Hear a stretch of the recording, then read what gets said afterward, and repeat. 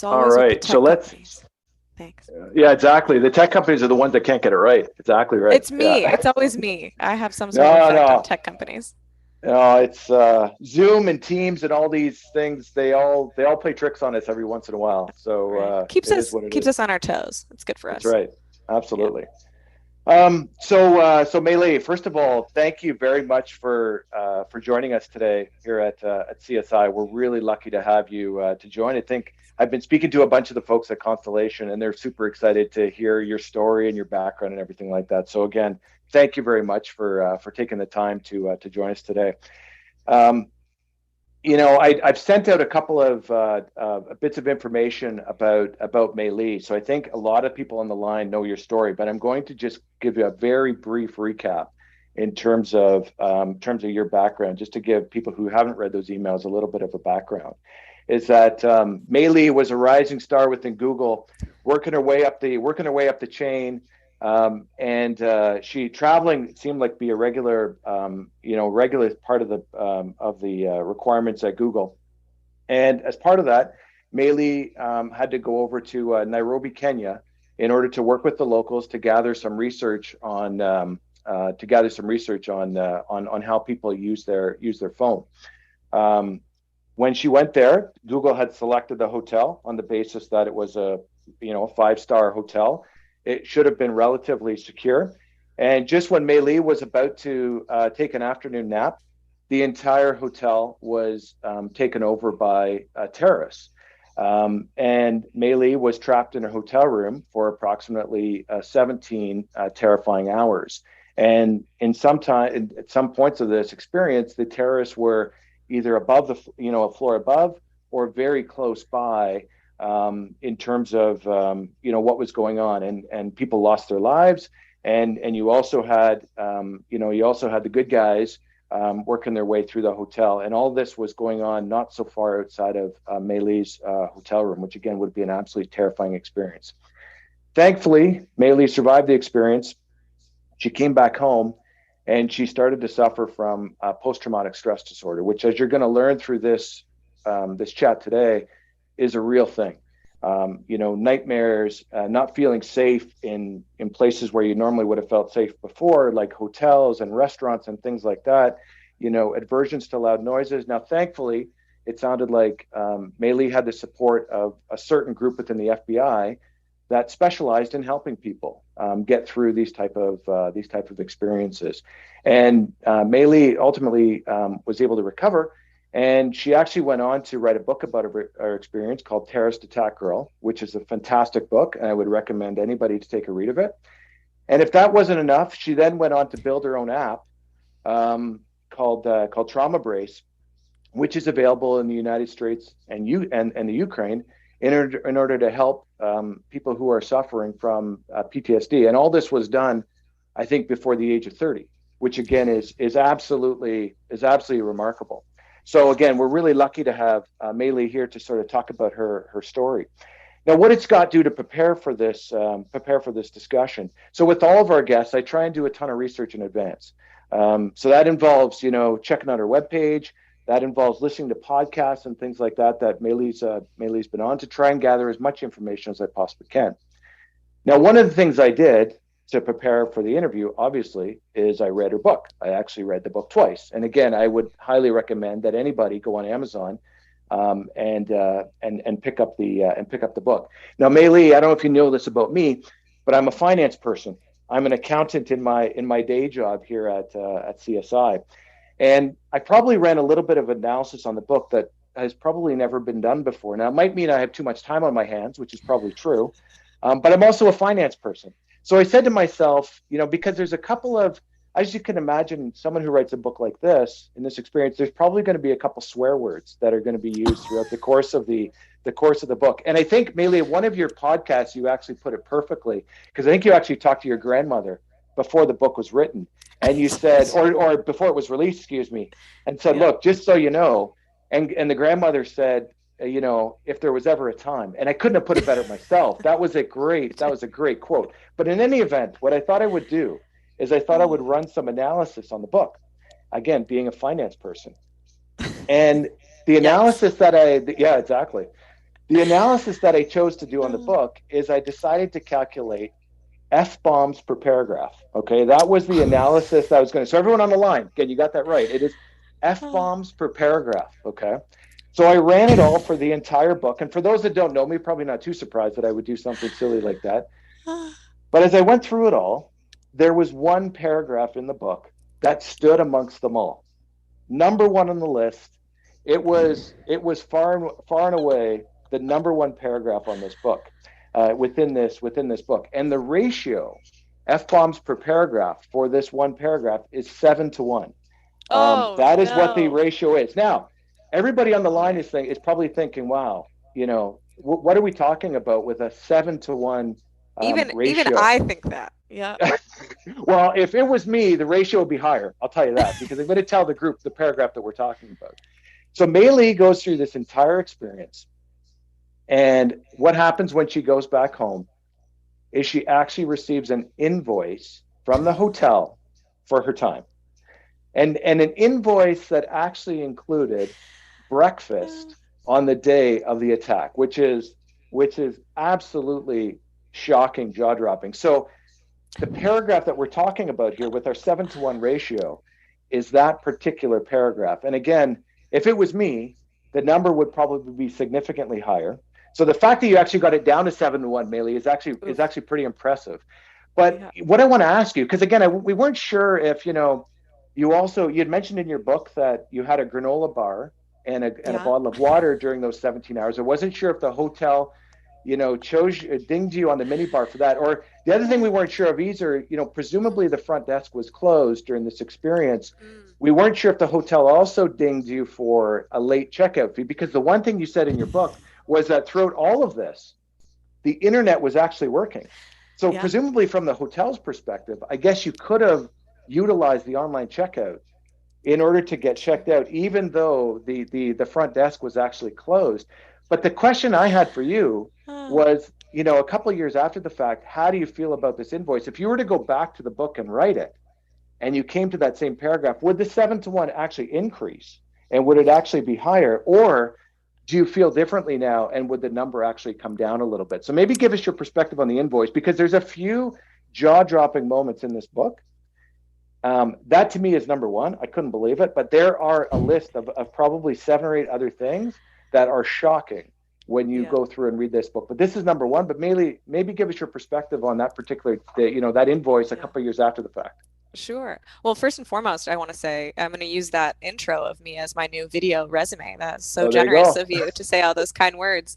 Um, yeah, I think to set the stage a little bit for anyone who might not know this, I don't I don't swear this much in my daily life.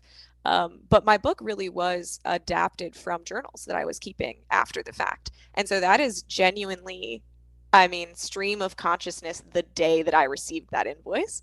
Um, so even I'm a little surprised that there are only 7 F bombs in there. I'm sure there are some other colorful words. Um, but I think at the time it really belies it actually doesn't belie, it really accurately sort of underlines the feeling that I was having. You talked about PTSD and how very real that is and how real it was for me. And one of the things that I struggled with so much with PTSD was rage. And rage was something that I had never dealt with before. I mean, I'm type A, but I'm pretty easygoing socially. And rage is just not something that I had ever been familiar with, at least not feeling it myself. And I was on the edge of being enraged all the time. And so then Wow. in that place to get this invoice, and as you said, down to breakfast the morning of. Though you're right, I should have taken a moment to appreciate that they didn't charge me for the water bottle that I took from the mini bar during the attack. The granola bar I brought myself, and Oh, I didn't know that. Okay, there you yeah, that go. was mine. So I certainly shouldn't have seen a charge for that. And I don't think they charged me for the laundry that I had sent down either, which I received back like 4 months later. Wow. Um, but I think that at that time it just shows you how sensitive everything felt, how acutely painful everything related to the experience felt. Today I might be able to laugh that off, and just be like, this is ridiculous. What is this? It was so much more dramatic than that because I got charged by an entity that wasn't the name of the hotel. So I had this charge on my credit card, and I thought my credit card had gotten compromised and I was already such a mess and I wasn't sleeping and I was trying to figure out where my card had gotten compromised. And finally I'm tracing it back and I checked my email and I realized it's like the LLC that owns the hotel and that I have this bill and the whole thing was just, are you kidding me? But what I remember saying as I was crying after reading this invoice was, did they have the gall to send this to the people and their families who didn't make it? And that's what I just couldn't get Good over. point. But I think it's also easier for me to deal with today because the hotel is closed. Not to be spiteful or vengeful, but the hotel's no longer in business. So, and I did pay the invoice for anyone who's curious. Well, like I said, you also talk about your experience with the airline coming back. Yeah. The text that you were getting from news agencies while you Yeah. were in the Yeah, that was hotel. tough. Like I said, there is a bunch of jaw-dropping things, and it just shows how insensitive the other side is too, right? You talk about how sensitive to you, how insensitive the other. You mentioned in the Delta Can experience, I be. think you actually connected with somebody who was actually United, yeah. helpful. Yeah, United, yeah. sorry, make sure I get my name No, right no. here. Is that who was actually helpful Yeah. and was good, but man, it just shows a lack of sensitivity in people's time of need, Yeah. right? But I think it also reminds us, right? It certainly reminds me on a daily basis now. You just never know what somebody else is going through. There were times when people did know what I was going through and they weren't super sensitive. The news agencies asking if I could do an interview from the hotel. Like, Wow, okay, that's not wow, super sensitive. Um, but sometimes on the phone with United, right, I wasn't comfortable yet explaining what I had been through. I didn't even know how to put into words what had happened. And so then it's those moments when someone just goes out of their way to be so kind that it really can have the opposite effect, right? Instead of making yeah, you enraged, it can remind you how kind people can be. So yeah. that was important too. So I think the way I think about the book is I almost think it broken down into three pieces, Okay. it's the comparison of these three pieces that I think make it really really fascinating. The way I would think about it is it's your life before this experience, Yeah. the 17 hours you were in the hotel, and your life after the experience. And Yeah. it's the contrasting of all of those three that I think are really interesting in the book. And I think what it shows you is that life can turn on a dime. You know what I mean? Is that Yeah. in one instance, your whole life can be flipped upside down. So maybe to give people some perspective in order to start is what was your life like before those 17 hours started, and then we can work our way through after the fact. You know what I mean? And Yeah. and and during, but maybe describe for the group, what life was like before the attack. And Yeah. I and really because I'll appreciate bet that. you're going to describe it, and it's going to be similar to a lot of the younger folks on the line. You know what I mean? Exactly what I was thinking. Yeah. Um, and I appreciate you saying it that way. I don't think anyone's ever said to me before that it's in three parts, but I think that's a really fair way to say it. Um, I was gonna say the same thing. My life is probably like a lot of people listening. I'm your standard kind of type A overachieving square. I'm a big nerd, and I think once you realize you can harness that, and make a career out of it, it's really a valuable thing. I love to learn. I love new challenges. I sort of have a reputation for always being the person who will do the project that nobody else wants to do. So I love to be that person. So I grew up in a small town in Ohio. Um, my parents really, really advocated for education, which was something they had to really work hard for and wanted to make sure their kids always had access to the best education that they could. And my dad always said, open every door you can for yourself, so you choose which one you walk through. And I tried to stay true to that. So, big nerd in high school, loved school, went to Stanford. So it was my first time sort of moving away from Ohio. And then when I graduated from Stanford, graduated with distinction, went on to be a consultant. Google has an amazing hiring pipeline of former consultants because consultants are these like Swiss Army knives of the nerd world. Consultants can sort of learn and do everything, which is awesome. And then ended up in the marketing world at Google, which was really interesting because I had never done marketing before. But as a person who really loves data and numbers, I think that my role sort of ended up being much more centered around research. So I did every big thorny research problem. Every time there was a problem that no one could come up with an answer to, they would sort of hand it to me and I'd start a research project. And Nice. that was really why I traveled so much. A lot of what I did on these travel projects was talking to users, talking to end users, trying to understand the way that they think, and compiling that into a, you know, slide deck, 10 slides that can explain the answer to what tended to be a, you know, rather nuanced problem. So that's exactly what I was doing in Nairobi as well. So they pick up the phone. Google says, "Look, Meyli, we have a problem. We want to gather feedback in Nairobi, Kenya." And they say, "Meyli, we'd like you to go to Nairobi." What are you thinking when they tell you that? Like, what's your because you had mentioned in the book, Yeah, you traveled around and went yeah. to all the different local hotspots and things like that. What was your kind of perspective before everything played out when you get that call or email? Truly, dead honest, my reaction was awesome. I've never been to Africa. That was it. That was a project I was stopping in Mumbai and Nairobi for work as personal stops on the weekends in between. I stopped in the UAE. I was going to stop in South Africa, and then I had to be in Canada the next week for Google. Um, so I was like, great. I've never been to India. I've never been to Africa. Awesome. Can't wait. And was there any view on the safety risk of going to that country? Like, did you have any perspective at that point to say, look, going into this particular country may have a heightened risk of, of an attack or something along those lines? Was that thought even part of your thought process? I think perspective is strong. Thought process is strong. I wasn't even, like you said, I traveled all over the world. I don't think I ever questioned anywhere that I was going. Um, but you become almost, you think of yourself as almost immortal in this naive way because you don't think about it Yeah, at all, really, is the yeah, thing, right? And so Google says you're going here or there, or I say I need to go here or there for this research, and I mean that was it, right? And Google, I don't know if they still do. I assume they do, but certainly had an office in Nairobi, Kenya, at that time. So it's just not anywhere I would think twice about. I did wonder about the protocol. It was the first trip where I was the only Google employee traveling. Um, and so I wondered, am I supposed to have a driver? Is that a thing we do? I really had no idea. And so I reached out to the security department and asked, and I actually had booked the Kempinski Hotel. Um, Myself had selected it.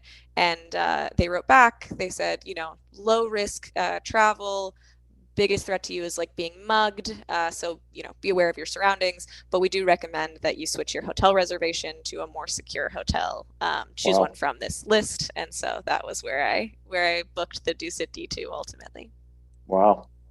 Yeah. So then we roll forward to the day of, and maybe just describe sort of the moments leading up to the attack and how it started. I mean, like Yeah. what was that day? What was that day like? Because it was, again, the way you describe it, it was, as with many things, it's if you would have done one little thing differently, Yeah. the whole day may have played out differently. You know what I Yeah, mean? And absolutely. it's just there's an act of randomness in terms of how all of our days play out, and that Sure. act of randomness just kind of puts you in that spot at that particular time, right? Yeah, I mean, like changing the hotel reservation, right? There's no malicious intent in any of that, right? It was just the hotel that had a better security approval from, their local security counterparts. But that's one of those things that just changed the entire course of my life, right? When you look Yeah, back at it. it's crazy. But the day was like that as well. So I did have a driver that Google found and assigned to me. He was amazing. He was hilarious and like really gregarious and told me all these stories about living there. And he was really patient. I think you can sort of picture my personality, right? As a researcher um, and a chatty extrovert, I was asking him everything I could think of. Yeah, What is your life like? How many kids do you have? What's your family like? What's your everyday job like? With whom do you work? From which different corporations? What do you talk about? And he was really patient with all of that and was giving me answers. And he had told me the day before, before you leave, you've got to see the elephants and the giraffes. So anyone who's been to Nairobi will have heard this. So he picked me up early and we went around to see the elephants and the giraffes. And as we were driving, he took me past the slums. He took me past the mansions of the politicians. He talked about the corruption in the country. And then he started on this long explanation of the history of terrorism in the area. And I remember literally thinking, like, control your face. Control your face. I had no idea that this goes on. And I felt so naive sitting there as he was talking about the daily, sort of impending risk of terrorism in his city, in his country. And I was shocked. I remember thinking like, good thing I leave tomorrow. Wow, I really didn't Yeah. know where I was. Um, and then we stopped for lunch. Lunch was a bizarre experience when I look back. Our order got lost twice. So he eventually got up and talked to the owners, and lunch took like 2.5 hours. We finally get on the road to the interviews that I'm supposed to go conduct, listen in on, I should say. And by that point, lunch had run so long and traffic was so bad that we were going to be 90 minutes late to a 2 hour interview session. And I thought it's more rude at this point to interrupt 3/4 of the way through than to just miss it and, watch the feed later. So I asked him to just take me back to the hotel. It was about 3 p.m. He dropped me off. I came in through the metal detectors as I did every day, talked to the Wow. front desk staff, waved to them, and went up the stairs. I took the stairs because the stairs were encased in glass, these big, beautiful windows all around the spiral staircase. And I was only on the third floor, and it was just beautiful to walk up the stairs. So I walked up the stairs, went into my bedroom, packed my bags to be ready to leave the next day, and laid down for a nap. And that was, I mean, to that point, nothing had made me even uncomfortable. I had texted my family and said, it's so much more safe here than I would have realized. The infrastructure is amazing. The people are amazing. I feel super comfortable here. You needn't have worried. And that was the last normal moment in my life for a very long time. So how did it turn? Like what was that experience when you first heard the explosion? Yeah, yeah, exactly. So the very next thing that happened was it was very definitive, right? That is literally the moment that my entire life changed, and there was no confusion. I wasn't, am I in danger? It was immediate. So the suicide bomber detonated their vest in the courtyard, which my room was looked down on. So from the third floor, the courtyard was like right outside my room. You could see the Secret Garden restaurant where he detonated. And so the impact from that explosion was incredible. It was Yeah. extraordinary. It was like nothing I've ever experienced, nothing I've ever experienced since. It was so close, and I just instinctively, I mean, I knew that something so bad had happened so close to me that I was definitely in mortal danger. And I actually didn't realize that I was screaming. I was just screaming, no, no, no, no, no, before a thought had even processed. Um, but I knew, which way the sound had come from. And so I ran toward my window, which you might think now is a terrible decision to make yourself, so visible from the courtyard. But I wrenched open my curtains and I looked down and I knew, I mean, I had just been talking to my driver literally about terrorism in the area. I knew immediately what was happening. But I was sort of glued to the scene. I was looking down at the blood and the gore and the smoke, and I was just sort of glued looking down just in shock, I guess. And then I saw the gunmen walking in with AK-47s and firing their guns, and I that was the snap out of it moment where I shut my curtains and then realized I have no idea what the hell to do now. I just stood there. What was, I remember when I was reading your book, I was thinking to myself, um, what do you do? Like just trying to Exactly. put anybody in that position. What the other thing that I found really, maybe I shouldn't have been surprised at this, but I was, is the people you had spoken to from Google. Like obviously there are support services that are being provided, and the advice that they had given you was actually quite good advice, Yeah, right? Like I would fantastic. have never have thought some of the things that they had suggested for you to do, right? Yep, yep. That was sort of my snap to it moment. So when I had gone to China with Google, that was a big group of us, and we'd all been given this briefing, and they literally on the briefing said, all of you pull out your work phones right now. No, literally pull them out and save this phone number to your speed dial. So, okay, so everyone pulls out their phones. That's the international emergency Google phone number.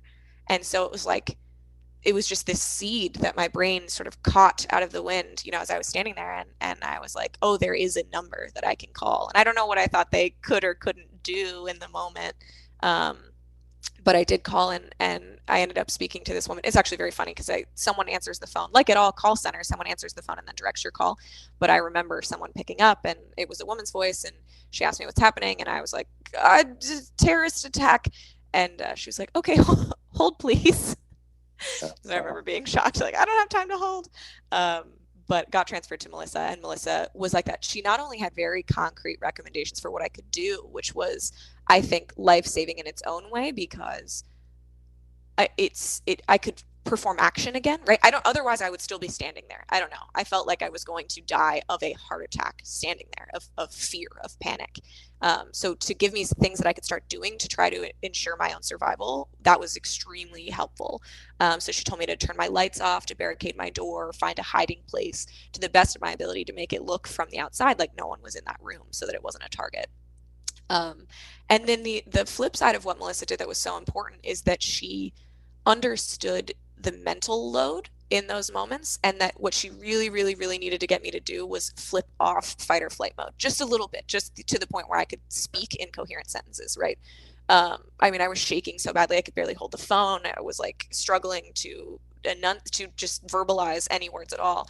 And so she'd ask me to look around my room and describe what I was seeing. Can you find anything that's green? Can you describe it to me? These are very basic cognitive behavioral grounding exercises that I didn't know at the time. But that was the only reason that I could even verbalize. Then she could ask me, can you find a good hiding place?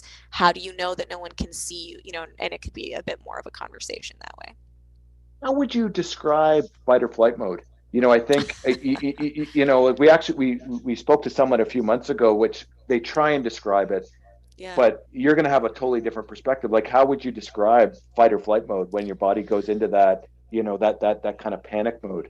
Yeah. So I love one of my therapist said to me at one point that, we're overhauling the definition these days. It's fight, flight, or freeze mode because that was so accurate, right? I was literally like frozen. I mean, not literally, but I could not move from where I was standing. I was frozen to the spot, which is sometimes a valuable reaction in a life or death situation. You know, if it's a bear, maybe the right thing is to play dead. Um, so you can run, you can fight, or you can sort of freeze where you are. And I would describe it like if you take the most stressful day you've ever experienced and you crank that up beyond where you even think it'll go. It's sort of like that. Your rational thinking is Wow. gone. You're not hungry. You're not thirsty. You're not tired. You literally, I mean, and we know this from the research, right? Your body shuts off every single competency that isn't necessary for pure survival. And what was extraordinary that I have trouble explaining to people is how much the voice in my head was telling me to run. I mean, it was like everything else didn't exist. And there's just this screaming voice in my head that's going, you're going to die. Run, run, run. You need to run. And it was like difficult bodily to not give in to that urge. I thought so many times about Wow. sprinting out my patio door, jumping over the railing, and like just trying to literally make a run for it. And it was the people that I talked to throughout the experience that would remind me over and over and over, and apologize, for repeating themselves. But I'm sorry to say this again, but you have to stay where you are. And that was critical too. It was such an informed thing to do. I wouldn't have thought to do that for someone in that situation, but I'm telling you, otherwise I'd have run and I would have died. What was the hardest part of those 17 hours in that hotel room? Is there something that sticks out as the most the hardest part of that 17 hours? Yeah, absolutely. It was saying goodbye to my family Yeah. easily. Nothing else could touch that. In the first couple of minutes, I realized I came to the conclusion that I didn't have very long to live, and I knew that I had to tell my family, and I knew that I would never see them again. And it's so hard. If you think that your hands are shaking so badly, you can hear the gunshots, you can hear the explosions. Your brain is saying, "Run! You're gonna die! Run!"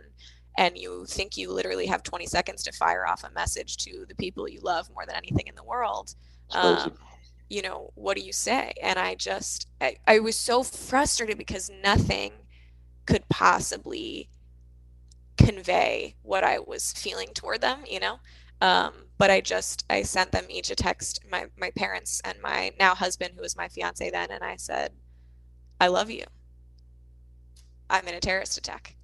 Yeah. Because I figured that the one thing left that I could do was leave them with a message that they could sort of treasure. I know that's kind of macabre, but I didn't want to say I'm scared or I'm going to die or, this is my worst nightmare, which were all certainly things that I was thinking. I thought, I'm gonna die. That's definitive. So what's a thing that they can look at that will help them once I'm gone, right? And I Yeah. thought that's the best thing I can come up with. So let's go to the other side, the best part of the 17 hours. Yeah. Yeah, easily, right? I was rescued. That's how I'm here. Yeah. And it's that's a thing that's hard. It's hard. And even feeling these emotions right now as I talk about it, that is such a high and such a low, those two moments, right? Like probably the most distinctly Absolutely. high of my life and distinctly low of my life. And I felt them within 24 hours of each other. Um, but yes, at hour 17, there was a light knock on my door, really, casual, sort of professional. Could hear a voice on the other side, sort of quiet, which I remember thinking was bizarre. Everything had been so loud for so long. The fire alarm went off for over 12 of the 17 hours. The bombs went off the entire time, the gunshots. It had just been so loud. It was just this cacophony the entire time. And so for someone to knock sort of politely on my door, and then this, voice in like a regular volume to be like, Meyli, are you in there? Meyli, hi, we're here to get you out. I really, there was a Wow. moment of, I'm definitely hallucinating this. Like that's not happening, right? But it was incredible to throw my door open and have these um, strangers standing in the midst of what looked like a post-apocalyptic movie set, um, like literally bodily assist me down the stairs and out of the danger. It's like nothing I could ever describe. Best moment of my life. So when you talk about you mentioned this in the book. Yeah. When you sit back and think about it, that whole day, best day of your life or worst day of your life? How do you think about it now? Like Yeah, you know, yes, yeah, definitely. My answer is exactly. yes. That's right. Um, Yes.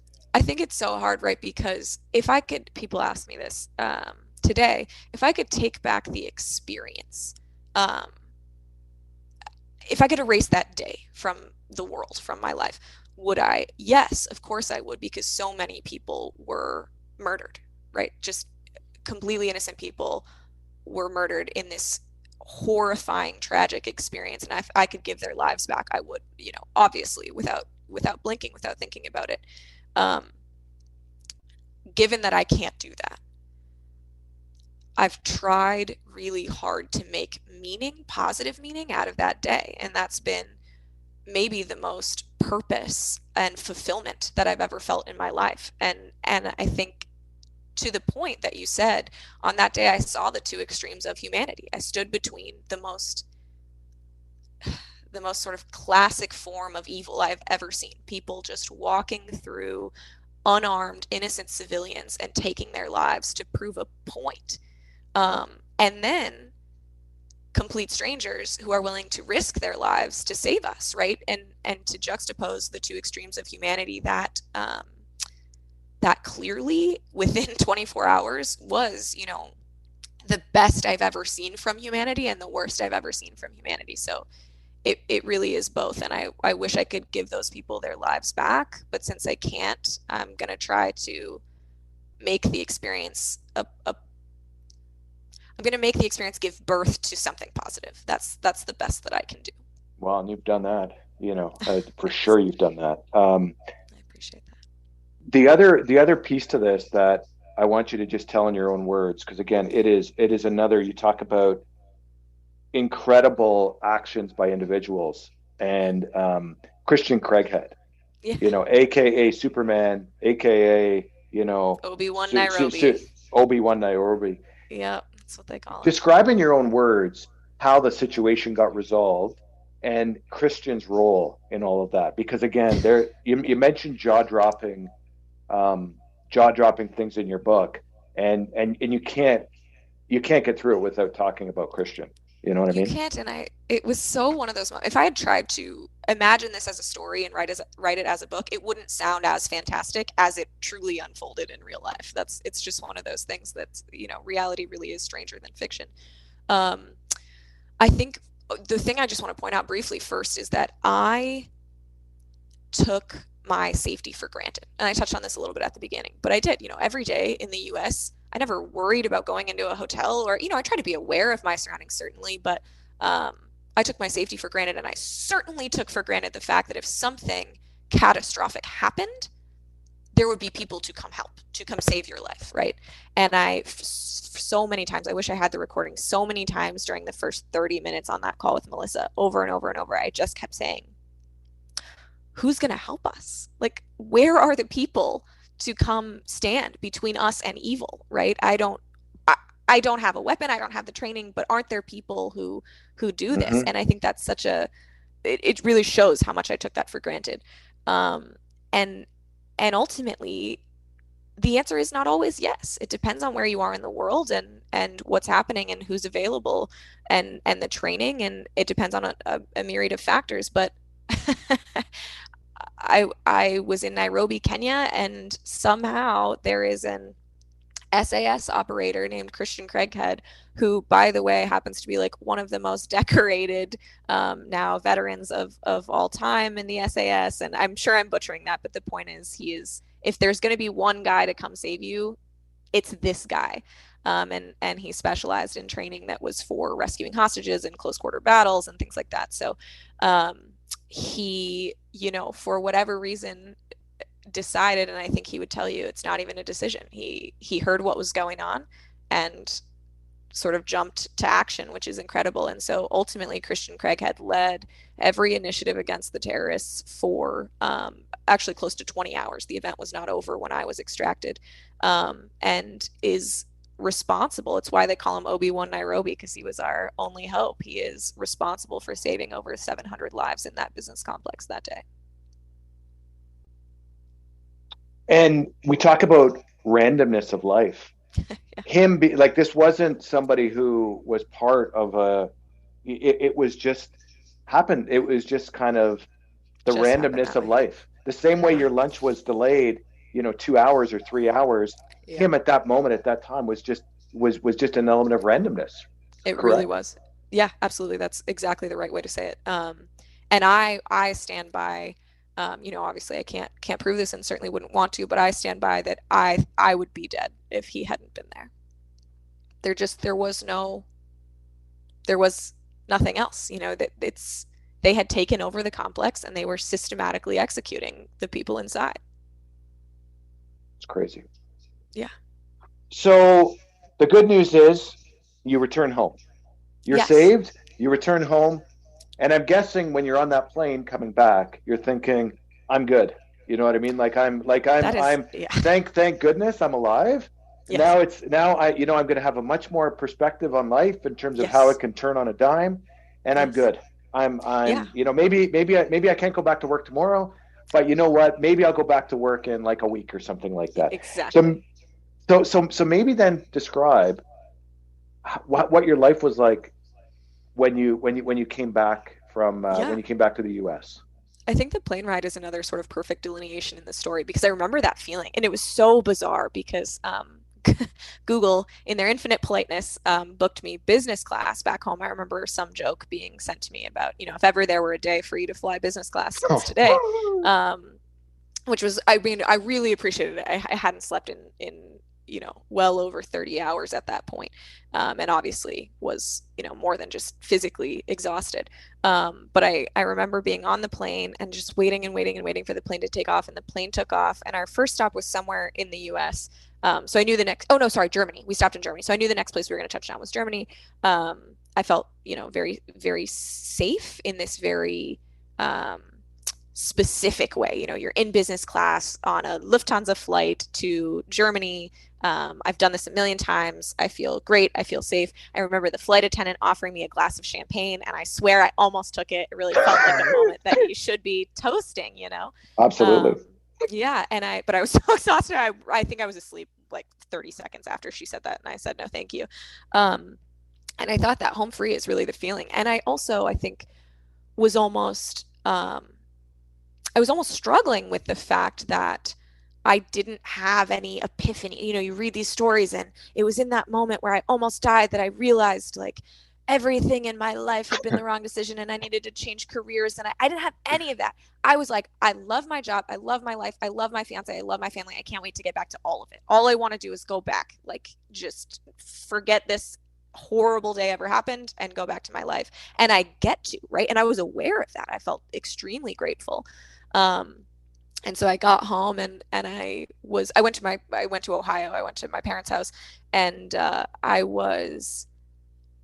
think you'd say I was in shock. I was emailing work, hey, like you said, hey, I'll be out for a couple days, make sure this invoice gets paid, make sure this Oh my research God. gets approved.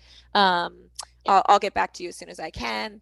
And I was making jokes. I had been talking too loudly about the attack when I was in the Frankfurt airport on my layover, and had drawn a bunch of stares and awkwardness. And I was making jokes about that. And if there's anywhere that this is not polite conversation, it's probably shouting about it in the business class lounge in Frankfurt. Um, and I felt nothing. Probably is the best way. I felt really numb in those first couple of days. I felt nothing but gratitude. This was what I wanted, and I'm back. I think everything else was compartmentalized for a couple of days. And I was tired, tired in a way that I've never been tired. I mean, I slept for probably 20 hours when I got back. Wow. And then I remember it so specifically. On the third night that I was in Ohio, I was trying to go to sleep and I couldn't go to sleep. My hands started shaking and my heart was pounding and I started sobbing. I'm lying in my bed and I'm sobbing, my childhood room, and I'm sobbing. And my fiance was like, what is happening?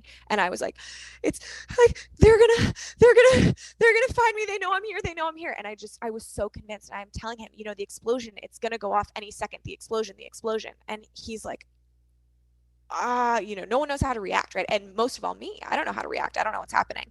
I have no rational thought, back in that fight, flight, or freeze mode. And I was so convinced. I kept saying, they're going to find me. They're going to find me. They're going to find me. And what I know now is that was a trigger, right? I was lying in my bed when the explosion happened in Nairobi, and my body and my neural pathways had started to associate that with danger inherently. So you're calm, you get into bed, you think everything's fine, and you have a panic attack. I'd never had a panic attack before. Didn't know what that was like. Didn't know what it felt like. Didn't know what was happening.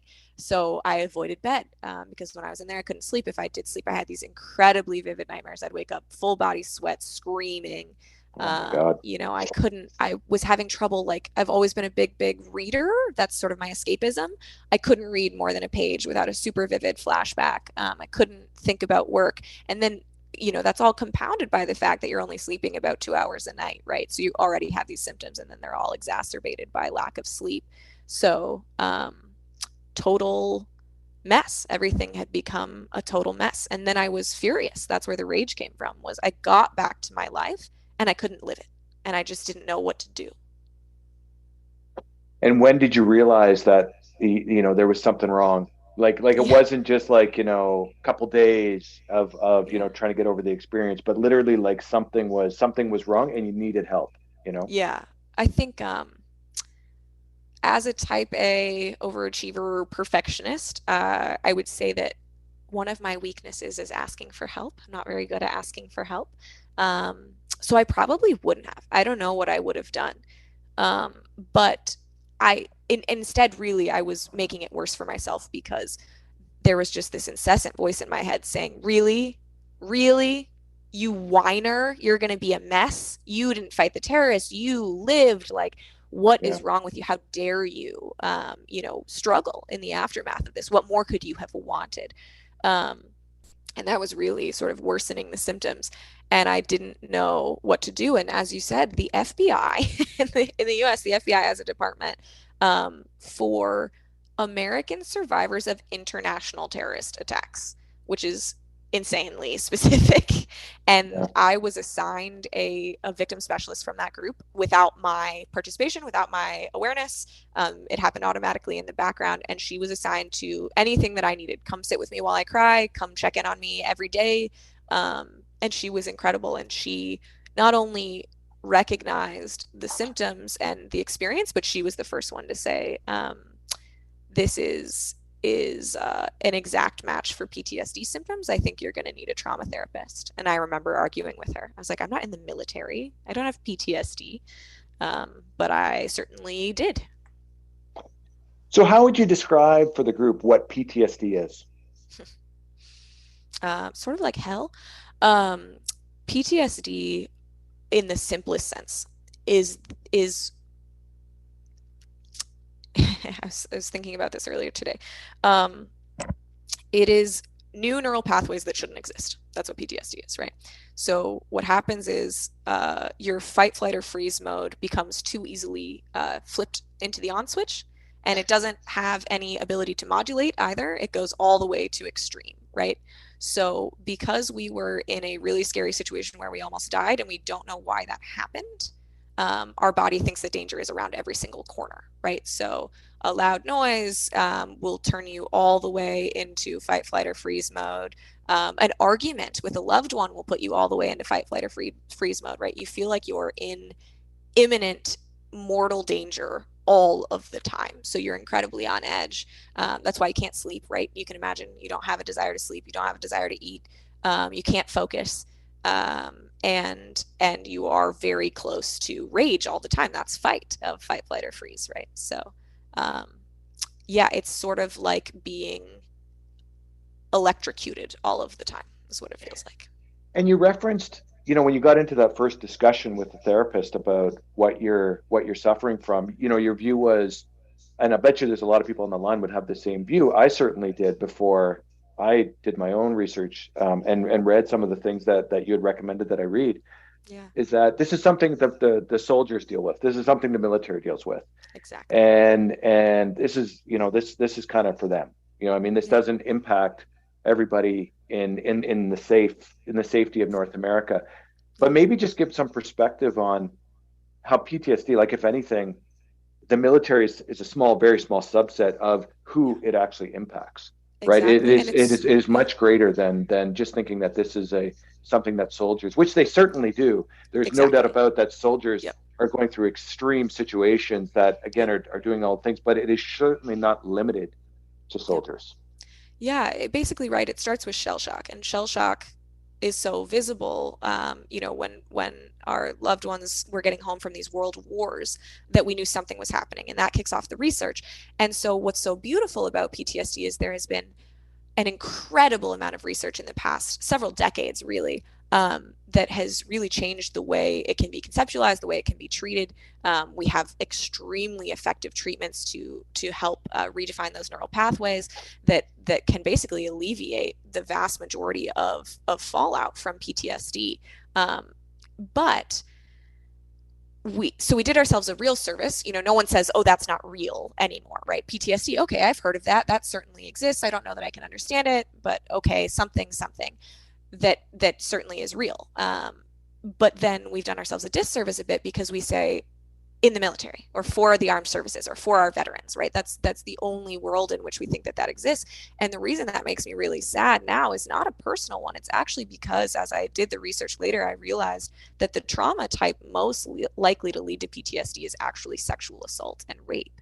And so when you think about people who are suffering silently with these invisible wounds, um, you should also very much think about that community. But right now it's so relevant. Not only survivors of war, whether they are part of the armed forces or not, but also natural disaster survivors. Right? I've been thinking about Yeah. them so much every day in the news. It is anything where you thought you were going to die, or you thought a loved one was going to die, or a loved one did in fact die.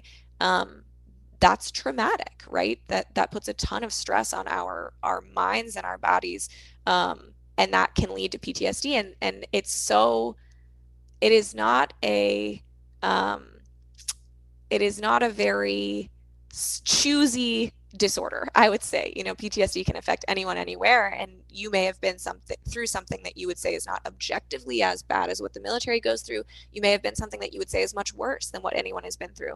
PTSD may or may not affect you. It doesn't have to do with the size, shape, look of the trauma. It has to do with your brain and the way you processed it, and that can happen to anybody. And how would you know if a loved one was experiencing the impact of PTSD? What would be the signs to look for? Yeah, they're probably yelling at you. Yeah. I know that's so unpleasant, right? I was yelling at my family all of the time. I could not control my rage. I really was suffering with guilt. I was super ashamed. I was having a lot of trouble. This one's sort of easier to spot. I was having a lot of trouble um, leaving places that felt safe. So I was having trouble going to the gym, going to the grocery store, just running errands around town because I felt like everything was dangerous. So they might seem on edge. We call it hypervigilant. So, when I'm at a restaurant, I have to face the door. I don't want to go to the grocery store. These are all things that we are overestimating the danger where in fact we're safe. So that's a really sort of visible one that you can look for in loved ones. Insomnia, nightmares, panic attacks, those are all very, very visible. And I think the hard thing is you may well not know what the trauma was, right? That happens so often, especially with sexual assault. You never heard the story. You didn't know that this event happened. You're only seeing the fallout. So try to ask yourself if you're seeing a problem or a symptom. That's the thing about PTSD, right? Everything that I was experiencing was a symptom of the trauma. So you didn't need to look at me and say, "Are you depressed?" Yes, I'm depressed. Yes, I'm struggling with whether or not I want to continue living, but that's a symptom of this trauma. So we need to go all the way back to the neural pathways and work on those. Wow. So then you were fortunate in that the FBI had reached out to you and kind of had the support network there to help you. And I'm Super just wondering, fortunate. what are some of the treatments for PTSD? If you have a family member or something like that who's suffering, what are some of the treatments? How do you get through it? How do you, because again, you're talking about neural pathways. We're not talking about a broken arm, a broken leg. Exactly. You put a cast on it, you wait X number of weeks or X number of months, and the body is going to heal it. Yep. Um, PTSD is damage to the brain, Yep. and it's, in order to fix that, it's probably completely different than how you would fix a physical injury. You know what I Yeah. mean? So maybe just Yeah. give some It is perspective totally on, different. the process you had went through and some of the treatments in terms of dealing with PTSD. Yeah. I would say it is totally different and it isn't, right? When we break a bone, what's great in a crazy way about breaking a bone is it's super visible and everyone understands what's happening to you, right? I can see where you were impacted, and that's called trauma too, right? Physical trauma. I Yep. can see where you were impacted. I can see what happened. I can understand. It's similar to things I've experienced in my life, and I know what kind of treatment you're probably going through, right? Physical therapy. Once you get the cast off, maybe. And physical therapy sucks, but we all do it because we want to regain full use of, that limb or whatever. And so it's really hard and it hurts, but we know what we're working toward and we're regaining that mobility. So in a lot of ways, it actually is a perfect analogy to PTSD. PTSD is a mental trauma, but it also is a valid coping mechanism, right? That's our bodies and our brains saying, how do I stay out of life-threatening danger in the future? It's just over amplified, right? It's up too high. So it's about dialing that back and readjusting to safety.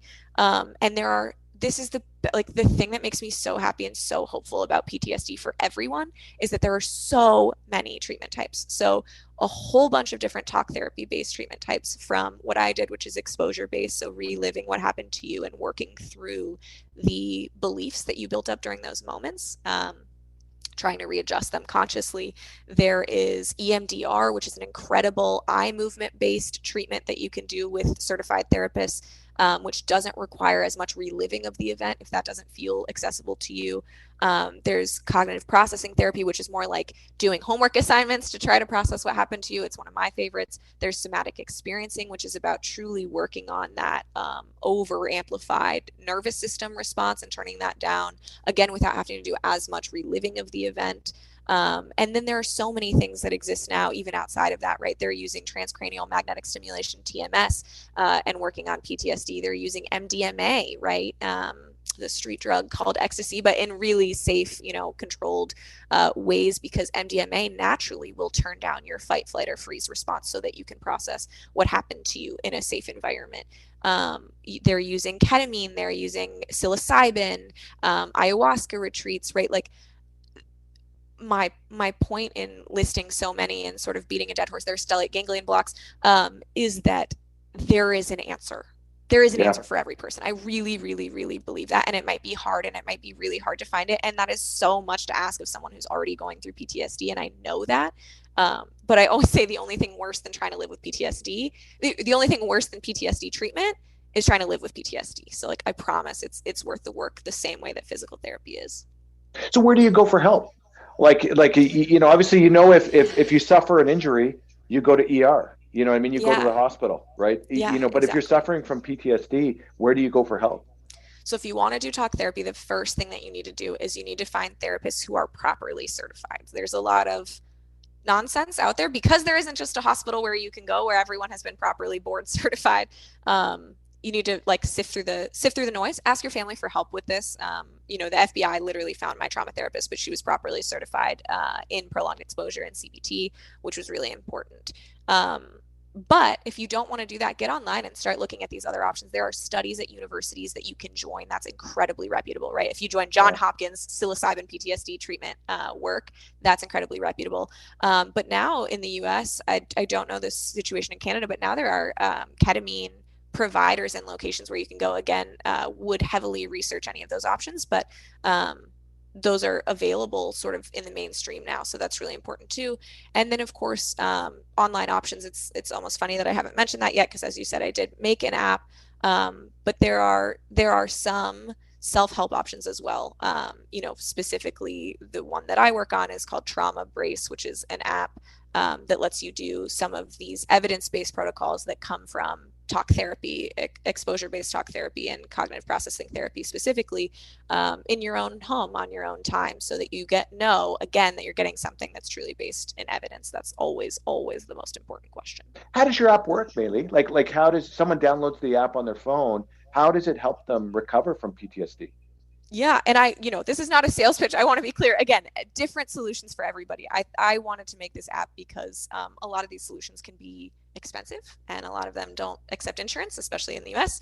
And so we wanted to make an app that was just more accessible and didn't have a wait list. That's the other really tough thing about trying to get in to see talk therapists is sometimes 6 months, 12 months you have to wait. So that can be a tall order for someone who is sort of at rock bottom the way that I was. So we made an app.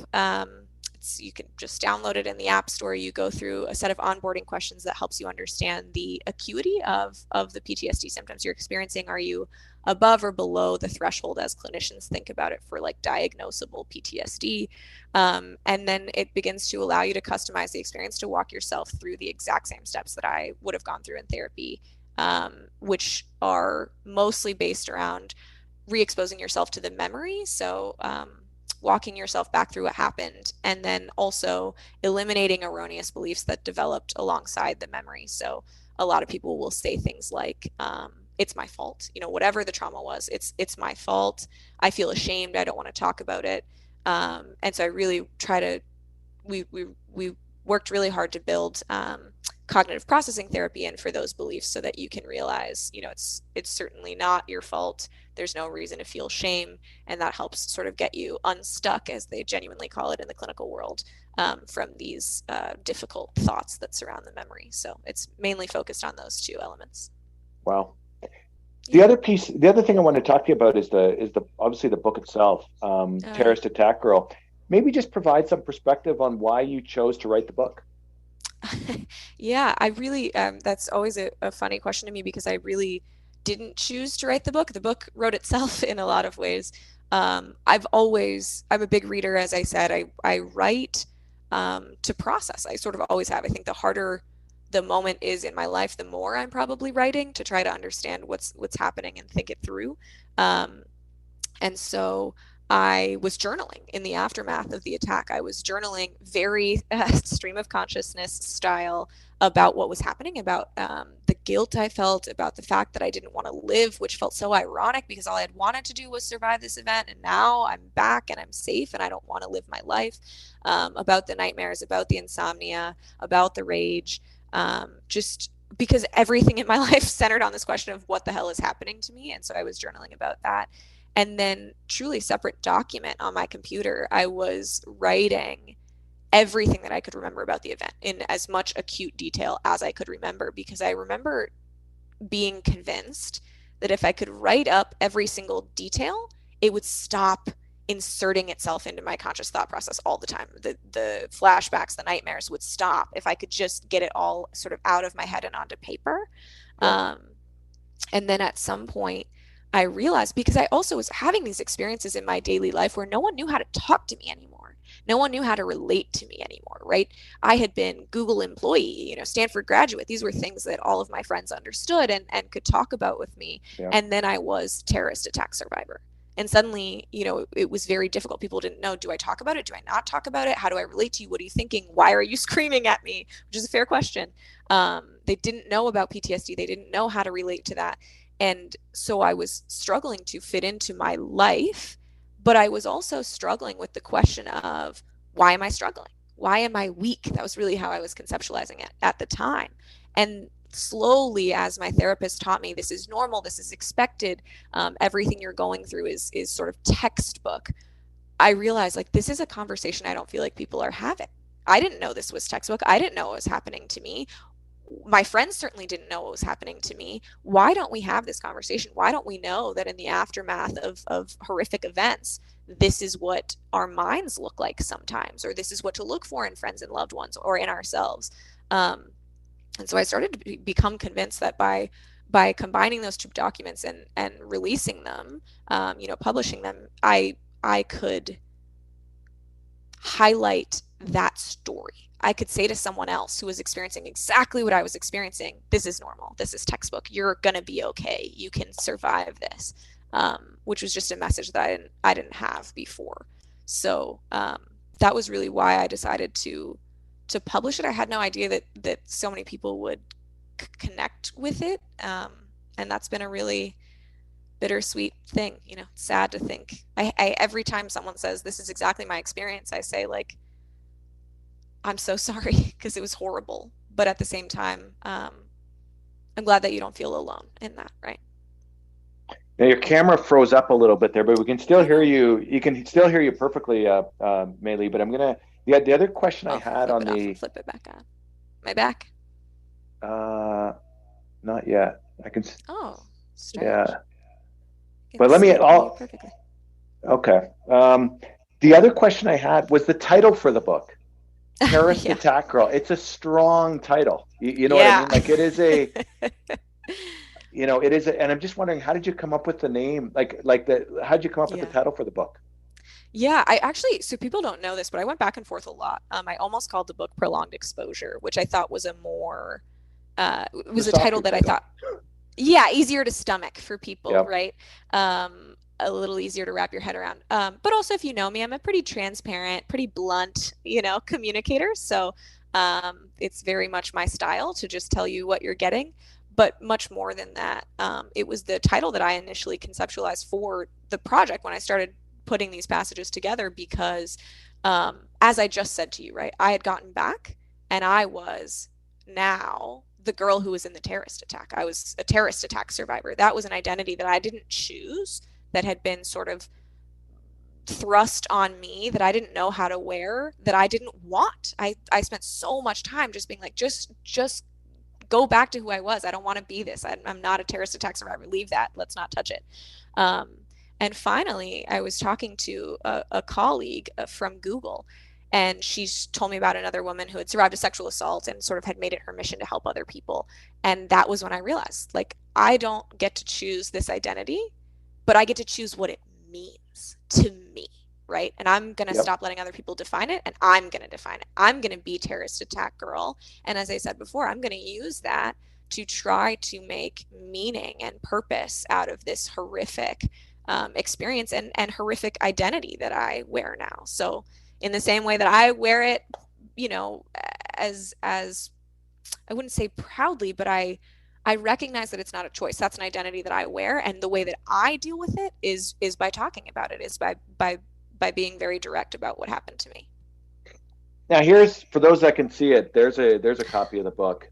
The other question I had, Bailey, is the choice of the black and white title, or Oh the yeah, black and white cover.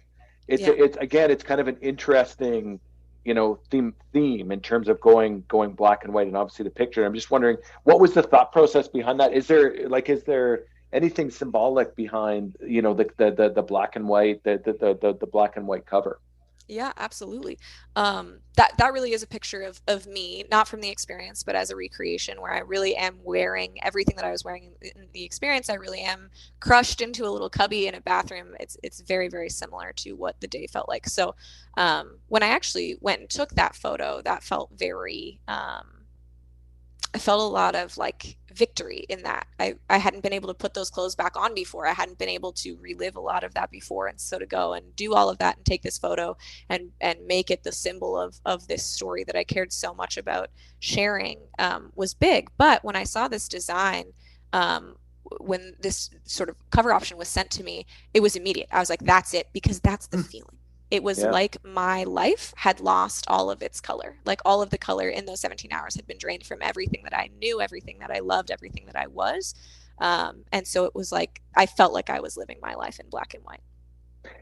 The other question I had was the way that the book is structured is unique in the way that you're going back and forth. You sort of do a paragraph talking about the attack itself, and then a paragraph of your life after the attack, and you keep on rotating back and forth, which is again is a very cool way to contrast, um, kind of during and after. And I'm just wondering, was obviously it's a very intentional way to write, but I'm just wondering what was the thought process behind that? Like, because the other way you could have done it presumably is talked about the attack at the beginning for the first, call it 75 pages, and then for the other 75 pages you could have talked about life after the attack.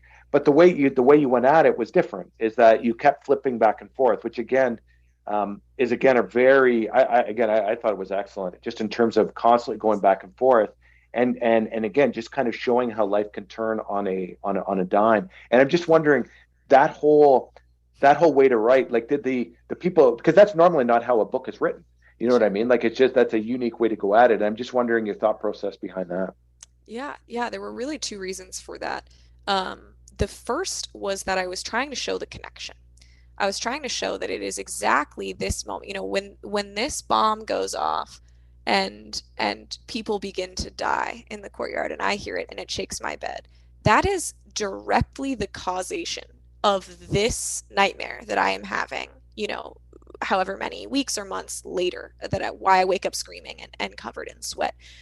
So one was that I was trying to show the link, but the other was that um, time felt like that to me when I was writing. It was so muddled. I lived Yeah. today, here, right now, and I still lived very much in that memory. I was afraid all the time of, they were coming to get me. So it was like that time had lost its linearity in a way for me. I don't know if that's a word, but we're going to go with it. In a way, time was no longer linear for me. It was not even cyclical. It was completely busted and broken in the way that I think Vonnegut was trying to conceptualize in Slaughterhouse-Five as well, right? In the aftermath of trauma, time doesn't feel very linear because you're constantly being pulled back and forth between the timelines. And Yeah. so I was trying to show what my brain felt like. It's interesting. And the last question on this is Yeah. can we look forward to the movie version, Meli? Is that on the is that on tap somewhere? Because I think it would be a really That's cool so movie, kind. that's for sure. I totally agree. I think it would be a beautiful movie. I'll give you two answers. I'll give you my public answer and my friends and family answer. The public answer, and I truly feel this. You talked about Christian Craighead. There are whispers that he'll have a book, that it'll come out once it's been approved. And I think that Christian Craighead lives at the center of this experience. I think that Yeah. I make in some ways the other side of the coin, right? But I don't live. My book doesn't exist without Christian Craighead. So I always say if there's a movie, I hope I can be in it. But I truly believe this story centers around Christian Craighead. So fingers crossed. I'd love to see the movie as well. Why do people do reach out about it from time to time? But I think until his story can be public, the movie just can't exist for me because it's part of the story. Um, The reality is, though, Meli, I'll tell you, is that that might be true. But what I'll tell you, when you read your book, it is easier to relate to you, because I think when I read that book, I thought to myself, sure, I can't put myself in Christian Craighead's shoes at all. I can't Like, I'm just either. not, that person. Superhuman. But when you Yeah, were going through and describing it, I just kept thinking to myself, what would I do in that situation? And I don't know what yeah, I would do. You know what I mean? Like, I yeah, literally, I don't know what, yeah. you know, We what don't. would I've even known enough to call Google and call, like, I probably wouldn't. You know, the fact that you mentioned you downloaded that number to your phone and it was there, like I wouldn't even know who to call. You know what I mean? Like again, I don't know what I would do, and that's why reading the book is it's and if you're doing a movie, it's actually frankly easier for the layperson like Yeah, myself to relate to you as sure. opposed to Christian because again, I'm certainly not that person. You know what I Yeah, mean? Like I would have yeah, been going the other way. As sad as that sure. is, Yeah, it's exactly. he is a special person. There's no doubt He about that. is. So Yeah. But um, I think the friends and yeah, family answer is that I've always hoped in the back of my head somewhere that there will be a show that I can kind of consult on that yep, is about trauma in reality, right? It's not this overplayed single scene of a veteran almost choking his wife to death during a nightmare in the middle of the night, right? It's like that's the only way we've ever conceptualized of PTSD in the media. And so I hope that one day there will be a show. I think Single Drunk Female has done this really well for alcoholism. I hope there's a show that does that for trauma, just shows the truth of it, that we're real people, that it affects everyone, right? We've all been through something really tough. We all process it differently. And just tells the truth of that narrative and of that healing, that I could just, like be in the background of, consult on. So, well, look, you're right because when we were first exchanging emails, it was around the Christmas holidays, and that's when I had first read your book, and I was joking with you over an email. You know, Die Hard, that movie. I'm sure a lot of people on the line have seen it. It's a Christmas movie, great which I Christmas think movie. is Yeah, is is exactly. open to some debate. But I think I read your book, I watched the movie, and I think you have a totally different perspective on the experience that those captives. Again, it's a movie, but this stuff happens in real life, and you have a totally different perspective on their impact, not only during that time, but what happens when it's all over and they go Yeah, home. Because no movie deals with that. You know what I mean? Like no exactly. movie deals with. They just deal with the rescue and everything's all good. Right. And it Or stops like maybe it stops on the plane flight. You know what I mean? Like exactly, it's that's where exactly. that's where the credits roll. Is that when you're on the plane and you're going home, it's all good. But the reality is, to some degree, it's just starting at that point, right? Exactly. Or it jumps, right? That's the other story we love to tell is like, how do you say this in English? The Miracle in the Andes, the rugby team that crashed in the Andes Yeah, Mountains, right? We love to tell like the horrifying, every detail of the situation. And then like now they're motivational speakers and race car drivers. So we skip that ugly part in the middle so often. And that's yep, what I was trying to tell with my book. That's what I'd love for people to portray in the media as well. Just more honestly. Because again, then when you're absolutely. going through it, you're like, oh, that's me, instead of looking at the race car driver and being like, how the hell, right? Like Hmm. today, I can't conceptualize getting there. So, So, a couple other points that I was hoping you'd touch on is just some safety recommendations. You know, ugh, after you've been through all of this, again, at CSI, there's a ton of travel. We yeah, operate in countries all over the world. absolutely. Some being safer than others. And I'm just wondering your experience, on advice to the group on what you need to think about. Obviously, number one is get the damn number. You know what I mean? Because I'll Yes, bet say you the ninety number percent for of the sure. people on the line, maybe they're ahead of the curve to me, but I'll tell you, I don't have the number. I have nowhere to get it. Sure. But maybe just some advice from your perspective on what people need to think about when they're going to some of these places. Yeah. I mean, of course, first and foremost, reminder that this is not a common experience. The stats on this, it's very, very unlikely to happen to you.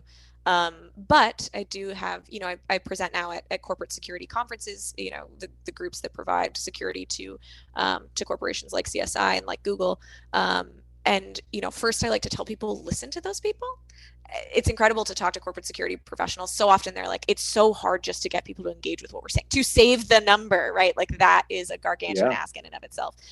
So absolutely. listen to those people, yeah, and balance their knowledge with your own, right? Go do some research. Don't assume that you have all the information you need yet.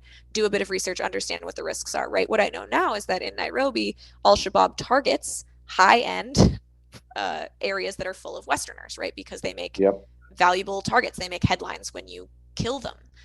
So really, in the same way that a five-star hotel is the safest place you can stay in some areas, it's a really unsafe place in some areas. So listen to your corporate security professionals, do your own research. And the third one is um, think about think about the travel. Do you need to go?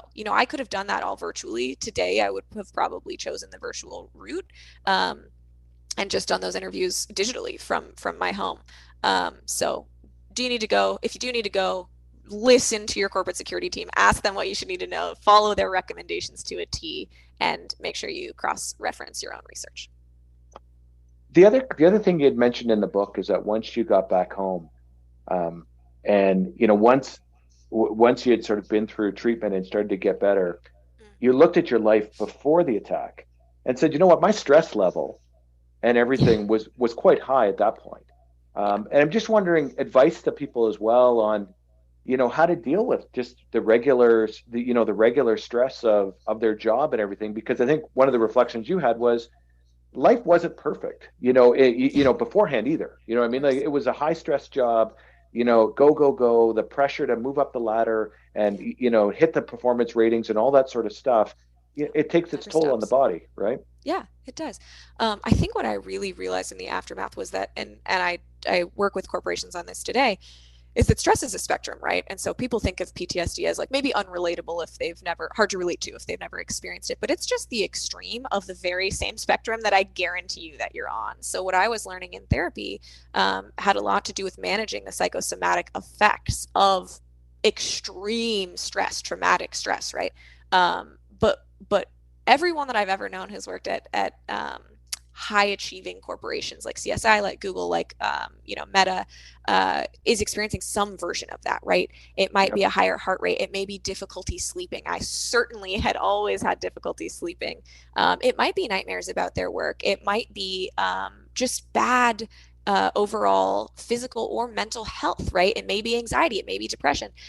These are things that manifest from, again, and this is always my question, are we looking at a symptom or are we looking at a cause, right? And if you're looking at a symptom, look at your underlying stress level.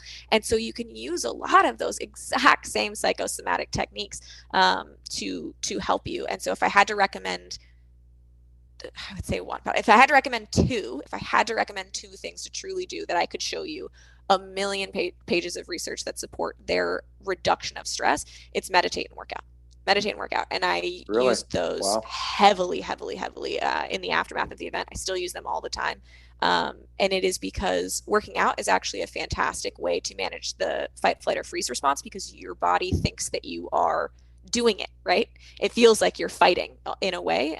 You're exhausting the adrenaline, you're exhausting the psychosomatic response until your body says, okay, we're putting that away, we're good. And it actually gives you a way to start managing that psychosomatic response when it comes up. Your body recognizes it and says, oh, we're actually really good at managing this, we're going to be okay, and can reduce the physical impact of that stress. So working out is huge. And I know it's so hard to make time for it when you have an awesome, corporate impressive job. Yeah. But it's all about the math, right? Do you want to last 2 years in that job or do you want to last 10 years in that job? Because otherwise you will burn out. Because by the way, burnout, that's the midpoint of that stress spectrum. Um, and meditation is incredible. Meditation teaches you how to quiet the fallout that's in your mind all the time, that stress. And if you can physically quiet it from working out and you can mentally quiet it from meditation, then you can actually return your body to a non-sympathetic nervous system state consciously whenever you choose. So your boss comes in and says, what the hell? This was supposed to be done yesterday. You're going to feel that spike come up and you can actually consciously then manage that. And by the way, by turning that response off, you're a far better employee because you leave yourself more access to your rational capabilities and you're going to be a better worker. So Interesting. it's really important. Then the other question I had was after going through all of this, when you sit back and think, the top three priorities in your life, before and after. And I'm just wondering how have those changed now after you've been through the whole experience? When you sit down and say, what's important in my life, what are those top three things and are they different than what they were before this Yeah, experience? I love that question. Um, yes, they are different. Some of them are the same. So my family and my work definitely would have been in my top three before, and they're still in my top three today. Um, but there's a new one in my top three that just didn't exist before, which is me. I know that's crazy to Yep. say, but putting my mental health as one of my top three priorities, and in fact, really should be the top priority all the time because I can't be very good at my work or very good in my relationships if I'm not managing my own, mental health and sustainability. Um, so I would say that adding myself as a priority is very new in the aftermath and still uncomfortable, and I'm still working on it. Um, But that has changed dramatically, and trying to manage, trying to always make time to work out, trying to always make time to meditate, trying not to let my schedule get away from me, which is, that comes and goes, trying not to travel too much in a month, trying not to do too many talks. Because again, I have to always ask myself the question, do I want to be able to help people, for a year? Or do I want to be able to do this for the next 10? And if you want to do it for 10, mental health has to be in your top three. Interesting. Yeah. And you talked a little bit about how you're spending your time now. Obviously, you don't work at Google anymore, No, not anymore. but maybe just talk a little bit about, you've got a website. You're helping tons of different companies out there. Yeah. Dealing with exhaustion and burnout and trauma, and Yeah. you're clearly an expert now in how to deal with PTSD. But maybe just talk, and again, you've built you've built your app. Um, how do you spend your time now in terms of like, what you do, Yeah. and helping companies and speaking and things along those lines? Yeah, speaking of my schedule getting away from me, but I feel really lucky to do everything that I do. So, the book has been out for just about a year. So, a portion of what I do is traveling to talk about the book. Those are usually talks that center around trauma specifically, and mental health fallout after that. So, talking for the National Alliance of Mental Illness, things like that. Um, then the next portion of what I do with my time is for the app. So we just formed an amazing partnership with a very elite university in the US who is releasing the app to all of its students for free. Wow. So working with them Wow. and doing training on not only for their staff but for their students. A lot of what we've talked about, what does trauma look like? Because trauma is this incredible word that we reserve for other people, right? We love to say that. Oh my gosh, that's horrible. That sounds so traumatic. And then someone will ask you, well, have you ever been through any trauma? And we have this tendency to be like, oh no, I'm trauma. Goodness Yeah. me. Like, no, that's not me. That's other people. So I do a lot of work trying to educate people on what trauma means and how it affects us. And again, this understanding that this is a neural progression that you don't control. There's no shame in that, right? Whether you develop, negative fallout from a traumatic experience is outside of your control. Only healing is inside of your control. So let's talk about how to do that. So that's the second portion of what I do. And then I would say the third and fourth portion is with big corporations. So, yeah, they call me a stress expert, which is hilarious because how much stress do you have to undergo in your life to be an expert in it?